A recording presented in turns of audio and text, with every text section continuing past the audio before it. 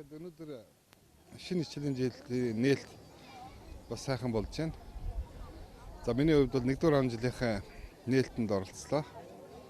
Тэгээд багш нар маань, хүүхдүүд маань их урам зоригтой, их гэгээлэг сайхан харагдаж байна. Тэгээд бас сургуульдаа бас нэг 10 ширхэг компьютер бэлгэллээ. Цаашдаа бас энэ сургуулийнхаа бас боловсруучныг бэлдэх, давтан сурах, мэрэгшүүлэх, ялангуяа энэ хүүхд рүү чиглэсэн янз бүрийн хичээлүүдийн олимпиадыг явуулах, урлагийн наадмыг явуулах, спортын наадмуудыг явуулах, ингэж хүүхдийг хөгжүүлэх ямар болцоотой юм бэ гэдгийг тэрнийг бас явуулж явах бас шаардлагатай юм байна. Тэгээ энэ чиглэлээр бас нэлээдгүй ажлыг бас зохион байгуулж явуулнаа гэж бас ийм бодолтой нээлтээс бас бодож байна. За ер нь нэлээдгүй бас ажлууд хийгцээ.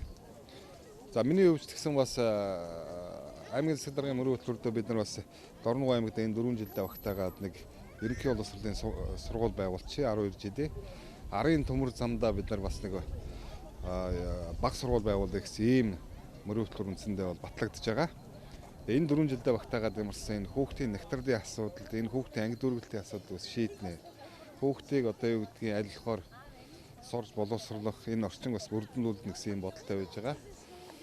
За сургуулиудын бол засварууд бол үндсэндээ бол дууссан. За цэцэрлэгүүдийн засварууд бас дууссан байж байгаа. Ер нь бол хугацаанд явсан. За их Эрдэнэ суман дээр л ганц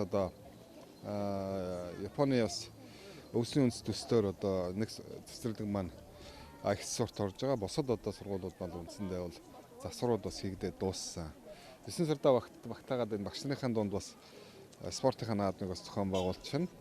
За мөн 9 сарда багтаагаад бүхс энэ сургуулиудад бас тодорхой хэмжээний санхүүгийн дэмжлэг өгөх гэсэн бодолтой байж байгаа. Тэгжээж бас энэ дутагдаад байгаа эд огшил авах, зарим нэг урсгал чанарын тийм засварын ажлууд бас байгаа юм байна. Энийг ямарч шийдэж өгөх гэсэн бодолтой байна.